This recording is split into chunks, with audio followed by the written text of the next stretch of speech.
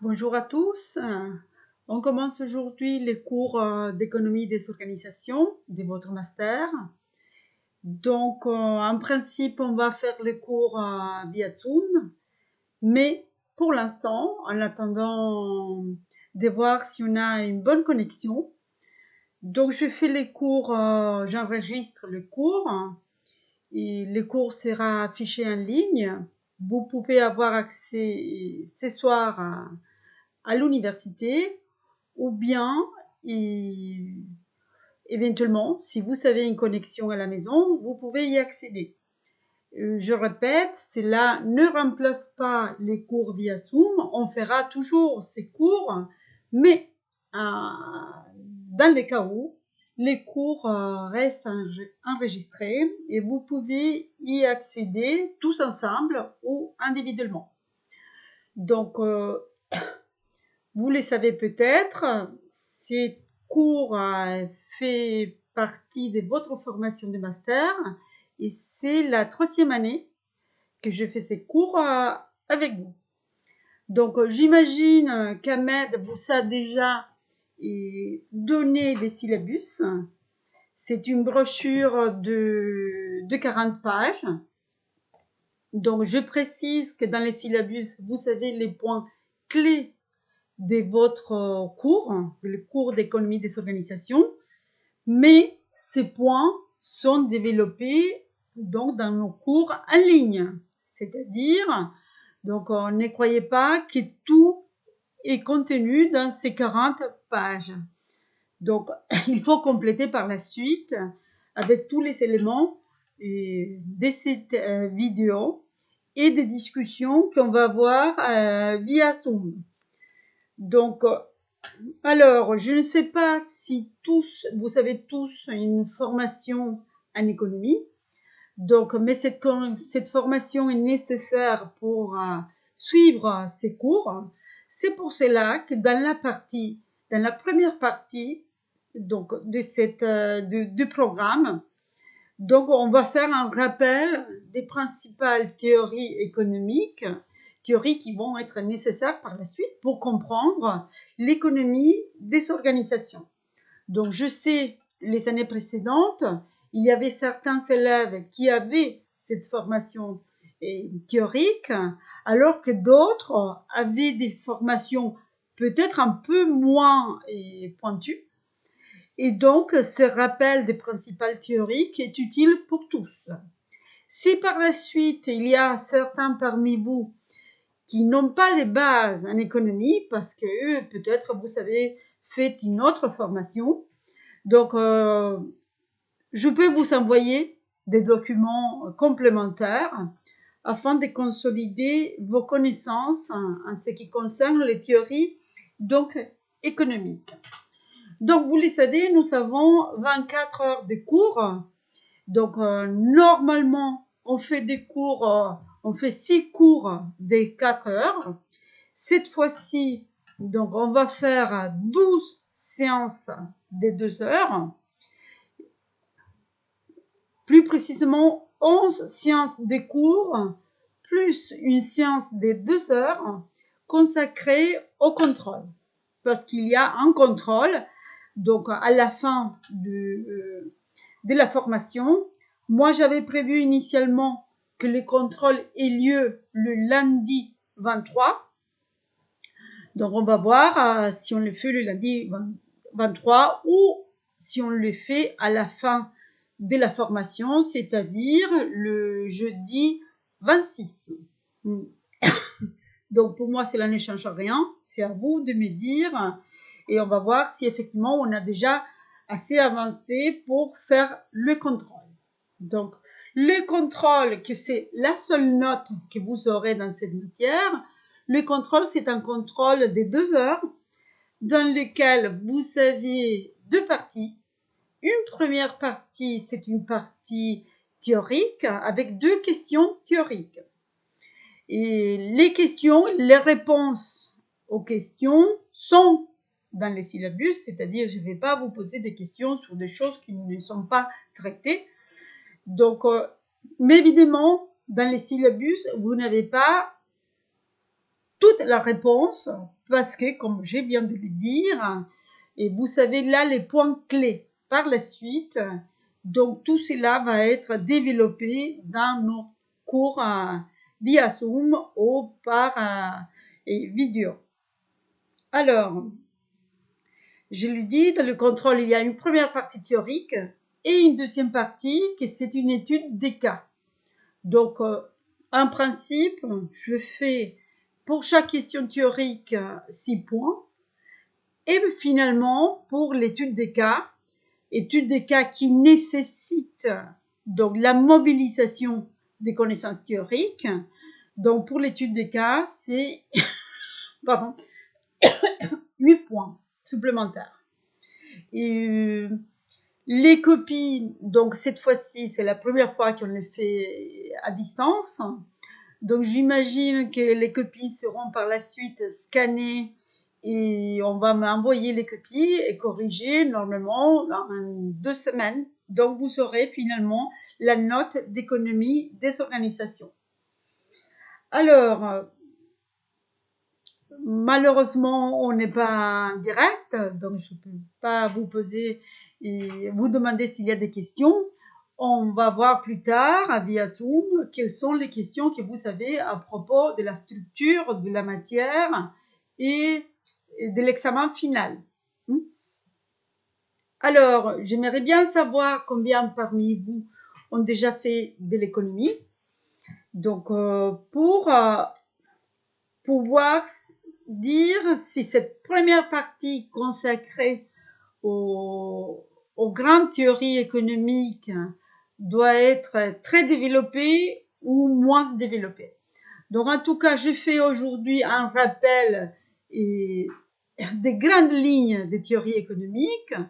Par la suite, si vous me dites qu'il n'y a pas que vous n'avez pas les bases de cette théorie, donc on peut faire une vidéo à part pour cette théorie. Par exemple, la vidéo du cours de jeudi, et jeudi, demain, c'est le jeudi 12.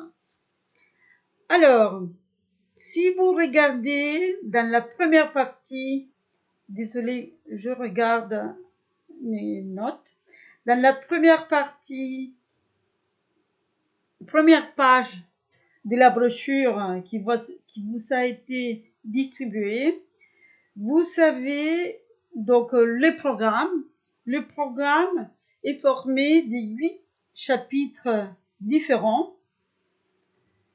Donc, nous allons étudier ici 2 grandes théories économiques, 2 grandes théories consacrées à l'économie des organisations. La première théorie, donc vous l'avez dans les 4 premiers chapitres. Si vous regardez la première page, vous savez tout le programme. On va faire 8 chapitres. Donc les 4 premiers sont consacrés à la théorie dite des coûts des transactions. Donc on va faire pendant la première semaine. Par la suite, vous savez 3 chapitres, le 5, le 6 et le 7, consacrés à la seconde théorie qu'on va étudier, c'est-à-dire la théorie de l'agence, appelée aussi modèle principal agent. Et finalement, vous avez un chapitre 8, donc où on analyse les problèmes liés à l'information. Et on va voir pendant cette matière que les problèmes concernant l'information donc sont présents dans les 2 théories, théorie des coûts de transaction et théorie de l'agence. Donc, autrement dit, dans ce dernier chapitre, on va rappeler les 2 théories précédentes. Pourquoi? Pour montrer comment les nouveaux modes de communication peuvent affecter donc les postulats des 2 théories étudiées. Alors,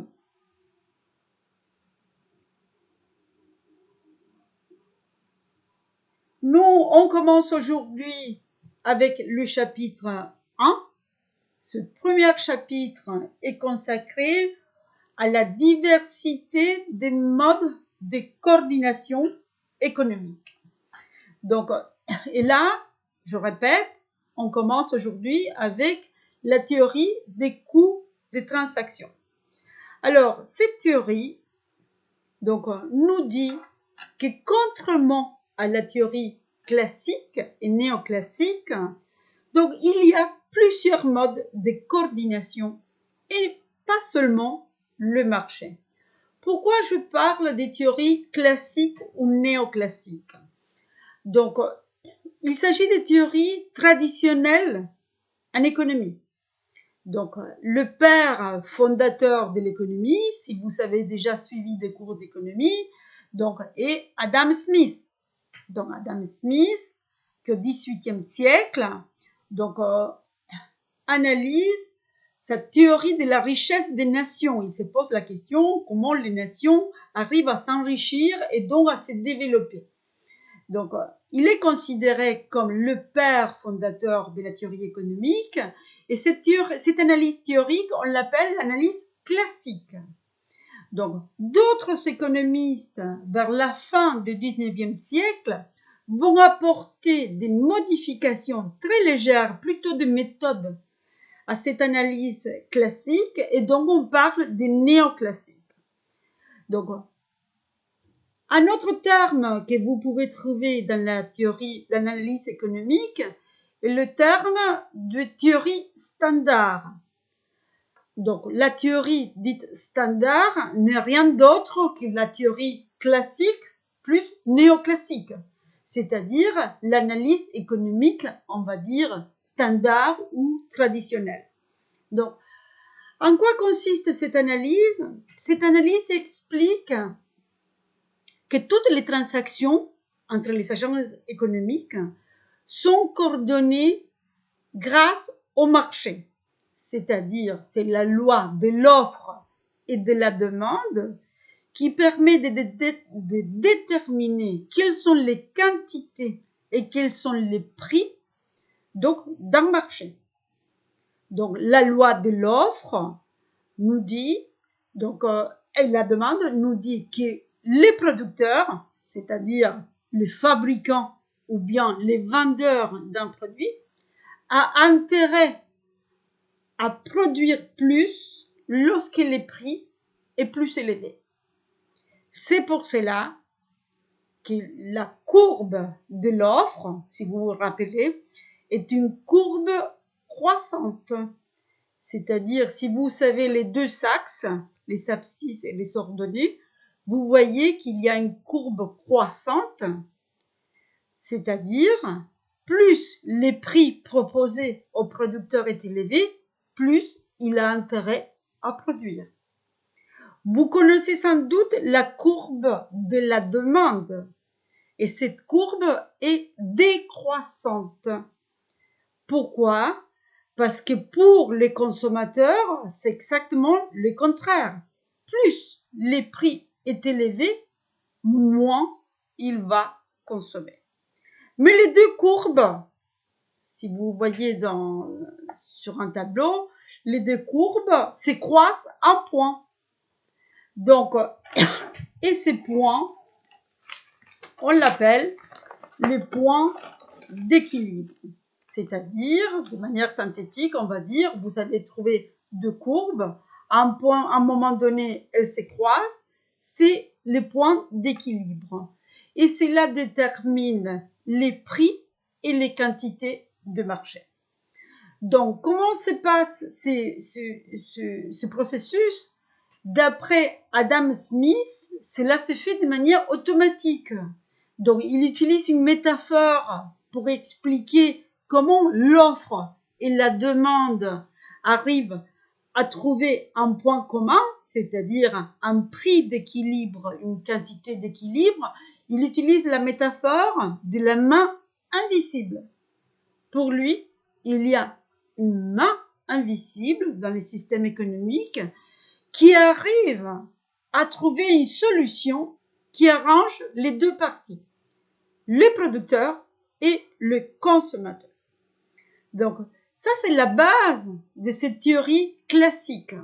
Théorie qui nous dit que le marché permet toujours de trouver une solution et que cette solution est la solution optimale. Donc, cette théorie nous dit aussi que le marché peut avoir il existe 3 structures types. Vous l'avez, c'est là. Je regarde votre brochure. Vous l'avez à la page 2 de votre brochure. Donc, alors, il existe d'après les classiques, 3 structures types. La concurrence pure et parfaite, le monopole et l'oligopole. La concurrence pure et parfaite, c'est le modèle dit idéal. Donc, d'après Adam Smith, d'après les classiques et plus tard d'après les néoclassiques, donc la concurrence pure et parfaite est les modèles préférables. Préférables pourquoi? Parce qu'il permet de maximiser donc l'utilité des consommateurs et les profits des entreprises. Il n'y a pas une meilleure méthode. Donc, il y a 2 autres structures. L'oligopole, c'est les cas où sur les marchés, plutôt qu'avoir plusieurs entreprises en concurrence, on a un nombre très réduit d'entreprises. Et finalement, vous savez, donc le monopole. Il y a un monopole lorsque sur le marché, il y a une seule entreprise. Donc, le marché en concurrence, ou marché concurrentiel, constitue le modèle idéal. Mais il existe des conditions pour que la concurrence soit vraiment pure et parfaite. Quelles sont les conditions? Vous les savez donc dans votre document, dans la brochure. Donc, la première condition est l'atomicité. En quoi consiste cette atomicité? Donc, l'atomicité nous dit que sur les marchés, il faut qu'il existe un grand nombre de producteurs et un grand nombre de consommateurs. Pourquoi cela est nécessaire? Pour éviter qu'il y ait de pouvoir de marché. Donc, c'est quoi le pouvoir de marché?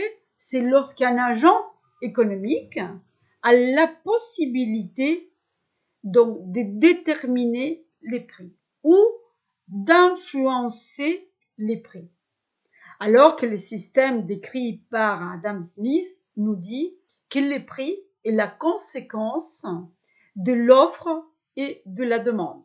On peut fixer n'importe quel prix, mais si par la suite il n'y a pas un consommateur prêt à payer ces prix, alors il ne s'agit pas d'un prix d'équilibre.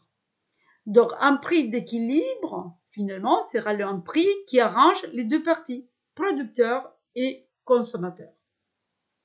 Donc l'atomicité, c'est-à-dire le fait que le marché soit fragmenté et qu'il existe un grand nombre de producteurs et de consommateurs, nous garantit qu'il n'y a pas un agent économique, un producteur ou un consommateur qui a le pouvoir de fixer les prix de manière arbitraire. Par conséquent, le prix sera le résultat de l'offre et de la demande. Alors, cette atomicité est la première caractéristique d'un marché concurrentiel. La deuxième caractéristique très importante qu'on va étudier dans cette matière est la question de l'information. Sur un marché concurrentiel, l'information est parfaite et complète. Qu'est-ce que cela veut dire? Que les 2 parties, celui qui vend et celui qui achète, disposent de toute l'information nécessaire pour réaliser la transaction. Information sur quoi? Sur la qualité. Information sur les types des produits disponibles. Information sur le fait qu'il existe des produits de substitution, c'est-à-dire vous n'avez pas besoin pas forcément d'acheter les produits A, parce que vous savez aussi le B ou le C. Donc, l'information parfaite est la deuxième caractéristique. Troisième caractéristique fondamentale d'un marché concurrentiel, le fait qu'il existe libre entrée et sortie. Qu'est-ce que cela veut dire? Cela veut dire qu'il n'y a pas de barrières donc pour s'installer sur un marché. C'est-à-dire, une entreprise peut décider aujourd'hui de s'installer sur votre marché et de commencer à produire des téléphones, de bouteilles d'eau et ainsi de suite. Donc, il n'y a pas une barrière. C'est-à-dire, il n'y a pas, par exemple, des autorisations à demander. Il n'y a pas un État qui peut bloquer l'installation d'une nouvelle entreprise. Donc ça, c'est la troisième caractéristique. Libre entrée et sortie. On peut s'installer sur un marché, mais on peut aussi quitter le marché sans qu'il y ait des barrières donc spécifiques. Quatrième caractéristique, donc l'homogénéité des produits. Qu'est-ce que cela signifie? Donc les produits sont similaires. Il n'y a pas un produit donc différent des autres. Exemple, vous achetez un litre de lait, donc achetez le lait X, Y ou Z, pour vous, c'est pareil. Il n'y a pas une différence majeure entre les produits. Et donc, les produits sont parfaitement substituables. On peut remplacer les produits X, par exemple, par les produits Y. Donc, l'homogénéité des produits est une caractéristique donc de marché concurrentiel. Pour chaque produit, vous savez, notamment plusieurs marques. Vous pouvez acheter aujourd'hui le lait X, demain le lait Y. Et il n'y a pas une différence pour les consommateurs. Donc, la dernière caractéristique, très importante, et on va revenir sur ce point dans la théorie des coûts de transaction, est le fait que les agents sont rationnels et maximisateurs. Qu'est-ce que cela veut dire qu'un agent est rationnel? Ça veut dire qu'il va toujours chercher la meilleure alternative possible, c'est-à-dire celle qui permet de maximiser son utilité. Autrement dit, celle qui permet d'obtenir plus d'utilité. On parle en économie d'utilité pour faire référence aux avantages, aux bénéfices pour les consommateurs. Exemple de maximisation d'utilité d'un agent rationnel. Imaginons que vous avez deux opportunités, deux postes de travail. Donc, vous avez un poste, une proposition de poste à Djibouti, en ville, et vous savez dans une banque. Donc, et vous avez un poste similaire à la montagne, là où l'air est meilleur, où vous pouvez utiliser aussi votre temps libre pour faire des randonnées. Dans le premier cas, imaginons, vous avez une deuxième proposition de poste à Arta. Donc, dans le premier cas, vous gagnez, disons, 10 000. Dans le deuxième cas, vous gagnez 8 000. Donc, un agent maximisateur et rationnel va toujours choisir le poste où vous gagnez 10 000. Alors, peut-être, vous pouvez préférer aller travailler à Arta où vous gagnez un peu moins, mais vous dites, mais la qualité de vie est meilleure. Donc, c'est là, ce n'est pas un agent rationnel et maximisateur. Pour la théorie économique, un agent est maximisateur s'il cherche toujours à avoir donc le plus d'avantages possible. Donc, c'est un raisonnement du type, donc, je préfère gagner moins, mais vivre dans un endroit où l'air est pur, n'existe pas en économie. Au moins, dans la théorie classique, n'existe pas. C'est-à-dire l'agent est forcément rationnel et s'il doit choisir entre gagner 10 000 ou gagner 8 000, il va toujours choisir de gagner 10 000. Ce type de considération disant on peut préférer de gagner moins mais de vivre dans un endroit plus sympa, cela n'existe pas. Donc, dans la théorie classique, l'agent est forcément rationnel. Donc, vous avez là les 5 grandes conditions pour qu'il existe la concurrence.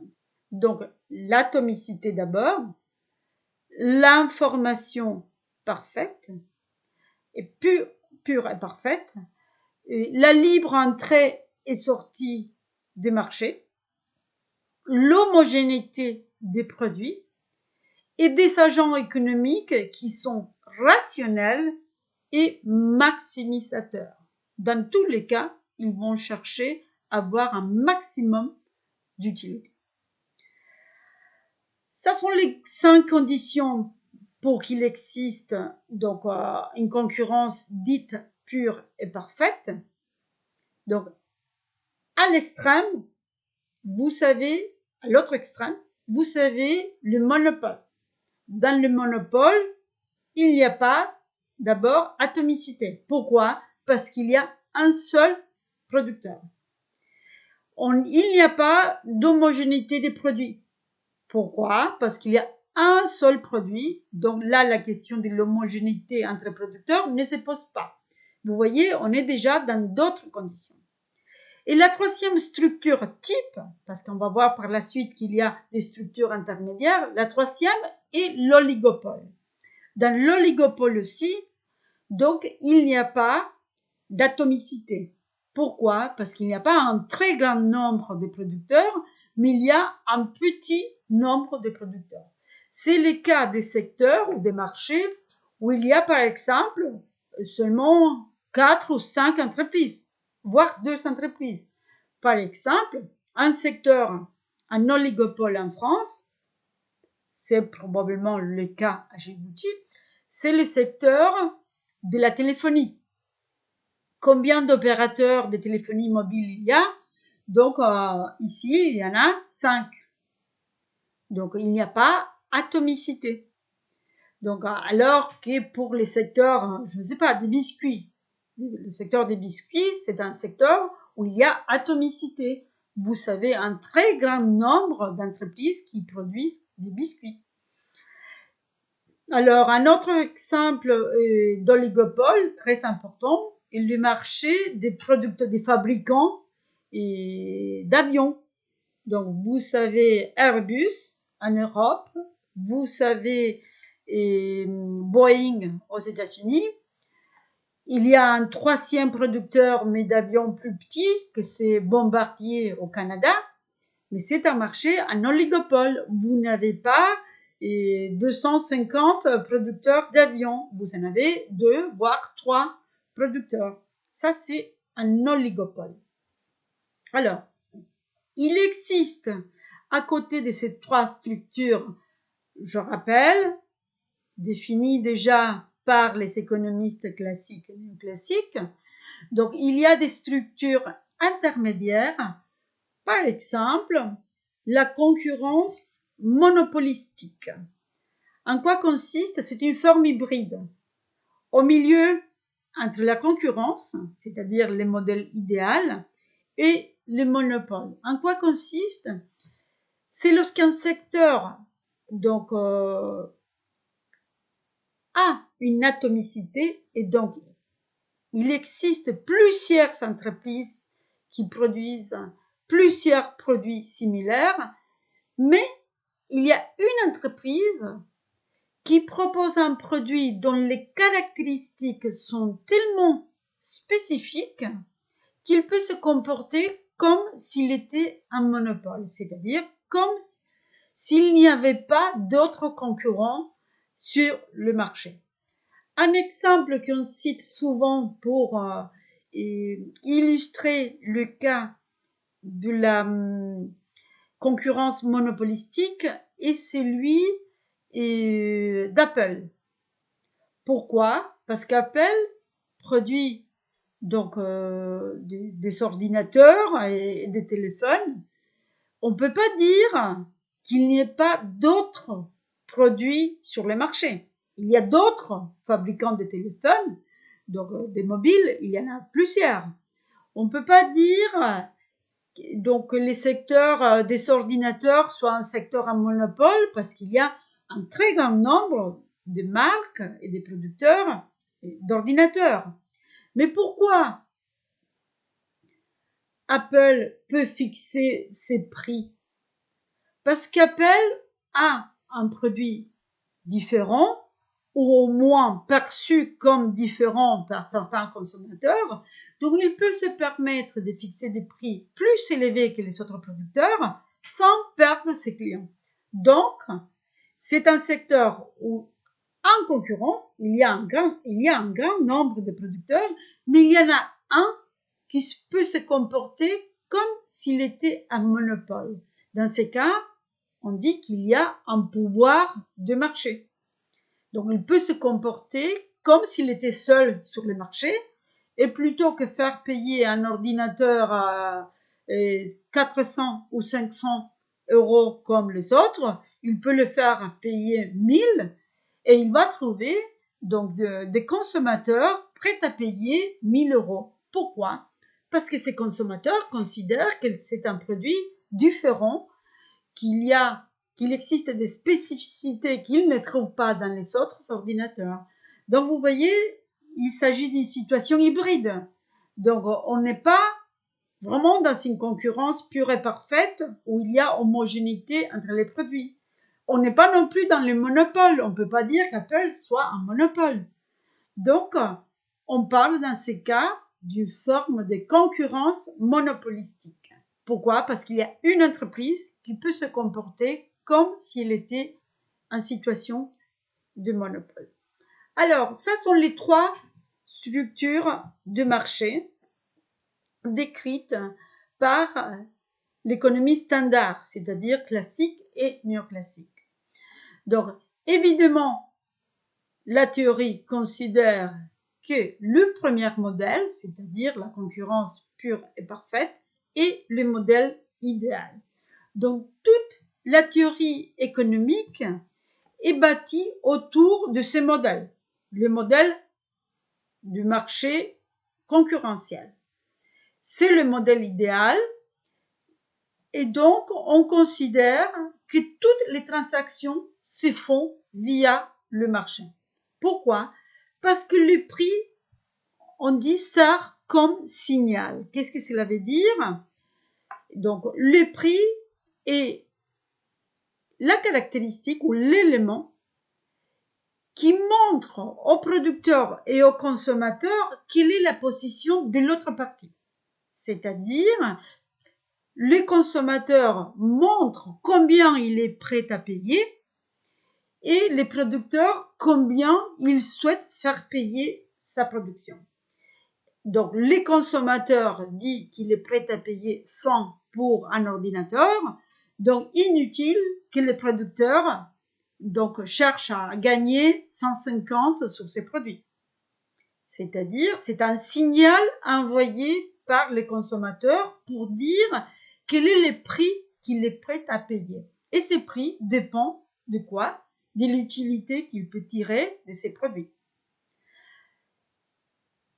Le marché permet aussi d'envoyer le signal des producteurs, c'est-à-dire de dire combien les producteurs souhaitent gagner grâce à un produit donné.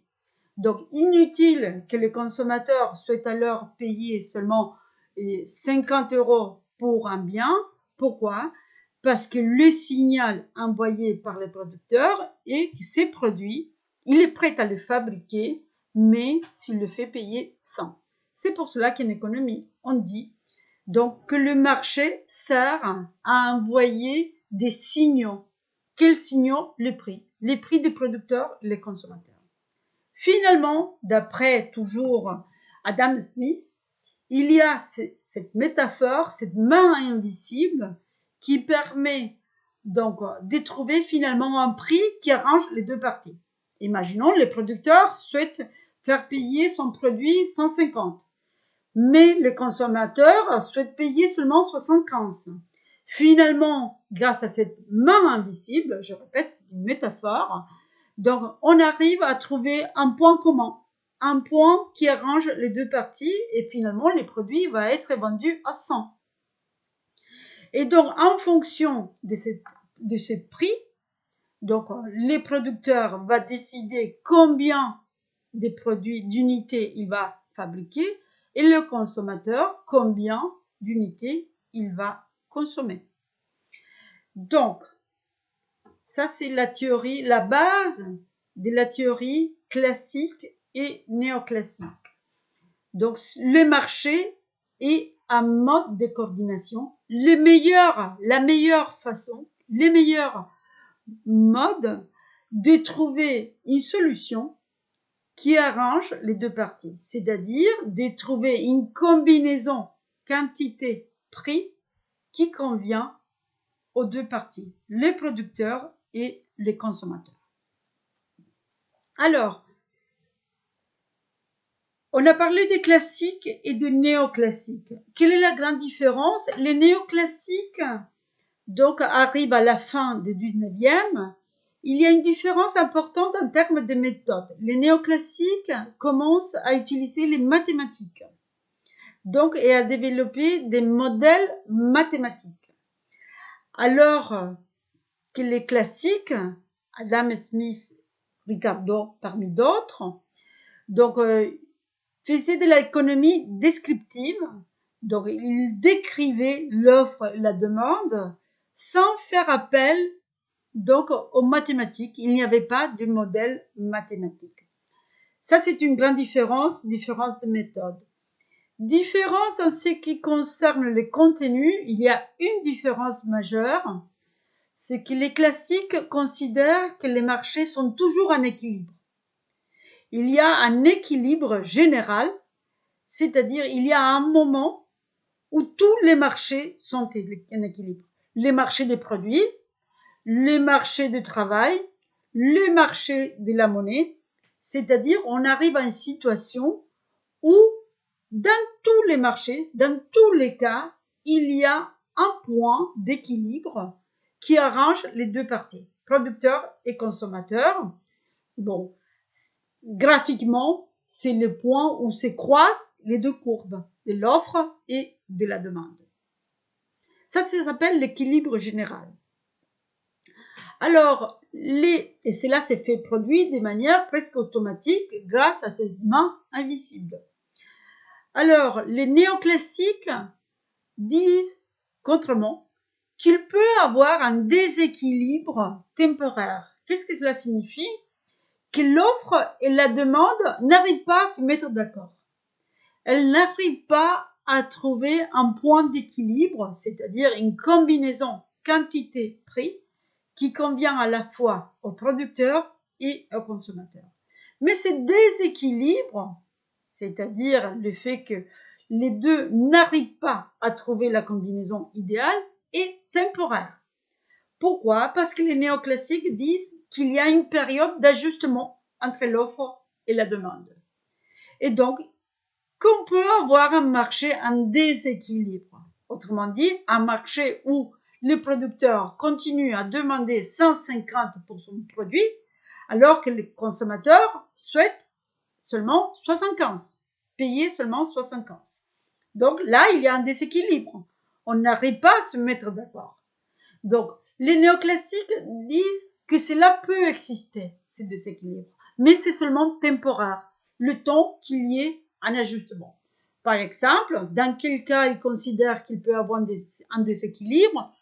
Imaginons qu'il y a une crise, un choc pétrolier, que les pays producteurs de pétrole décident de réduire la quantité de pétrole produite, donc la quantité de barils donc mise sur le marché. Par conséquent, les prix du pétrole augmentent. Et si le prix du pétrole augmente, tous les produits dérivés du pétrole augmentent aussi. Donc, forcément, les producteurs vont tenir compte de cette augmentation des prix du pétrole et va demander un prix plus élevé pour ces produits. imaginons un produit coûtait 100, il y avait un point d'équilibre. Le prix était 100. Mais les producteurs, compte tenu de la hausse du prix du pétrole, décident de le faire payer 150. Le consommateur, habitué à payer 100, n'est pas prêt à payer 150. Et donc, il y a donc une période d'ajustement entre les deux parties. Et donc, dans cette période, il va y avoir un déséquilibre. Donc, l'offre et la demande ne se mettent pas d'accord. Cela constitue justement un déséquilibre, mais d'après les néoclassiques, est temporaire. Donc, vous voyez, il y a une différence, deux grandes différences, on vient de citer, entre néoclassique et classique. Les classiques, d'abord, n'utilisent pas les mathématiques. Les néoclassiques commencent à développer des modèles mathématiques. Seconde différence, donc cela concerne l'équilibre général. D'après les classiques, les marchés sont toujours en équilibre parce que le marché arrive toujours à équilibrer l'offre et la demande, alors que les néoclassiques disent il peut y avoir un déséquilibre temporaire. C'est-à-dire, les ajustements ne se font pas de manière automatique, comme disent les classiques, mais il y a une période d'ajustement et dans cette période d'ajustement, on va avoir un déséquilibre. Mais c'est toujours un déséquilibre temporaire. Tôt ou tard, le marché revient à l'équilibre. Donc, on a parlé là des deux grandes théories dites standards, les classiques et les modifications apportées par les néoclassiques. En tous les cas, il y a un point commun de ces deux grandes théories, c'est-à-dire les deux considèrent que grâce au marché, on peut mettre d'accord l'offre et la demande. Donc, la loi de l'offre et la demande permet de coordonner les producteurs et les consommateurs.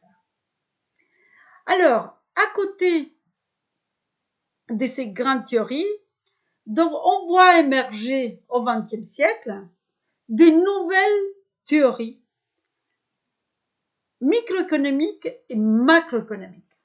Donc, microéconomiques sont les théories notamment des organisations, notamment des entreprises. Donc, on analyse là l'offre et la demande entre les producteurs et les consommateurs. Donc, la macroéconomie, au contraire, analyse les décisions au niveau des États ou des groupes d'États. La macroéconomie s'intéresse non pas à la production et à la consommation, mais s'intéresse, par exemple, au chômage, s'intéresse à la croissance. Vous voyez, ce n'est pas la décision des agents économiques, mais on est à un autre niveau. On analyse les économies des États, la situation financière, le marché du travail, la dette publique, le chômage. Donc là, on parle de macroéconomie. Nous, dans cette matière, on va s'intéresser à la microéconomie. Et donc, on voit apparaître au XXe siècle de nouvelles théories microéconomiques qui nous disent que la coordination ne se fait pas ou pas uniquement grâce au marché. Que la coordination entre l'offre et la demande, c'est-à-dire entre le producteur et les consommateurs, peut se faire d'une autre manière. Autrement dit, pour ces nouvelles théories économiques, le marché est un mode de coordination, mais pas le seul. Donc, la principale théorie économique parmi ces nouvelles théories microéconomiques est la théorie des coûts de transaction qu'on commence à faire aujourd'hui. Donc, par la suite, à partir du chapitre 5, on va voir une autre parmi ces nouvelles théories microéconomiques qui s'appelle la théorie de l'agence. Donc, je viens d'expliquer de manière très succincte donc les grandes lignes de la théorie standard. On commence maintenant avec les nouvelles théorie microéconomique et la théorie des coûts des transactions. On fait une pause.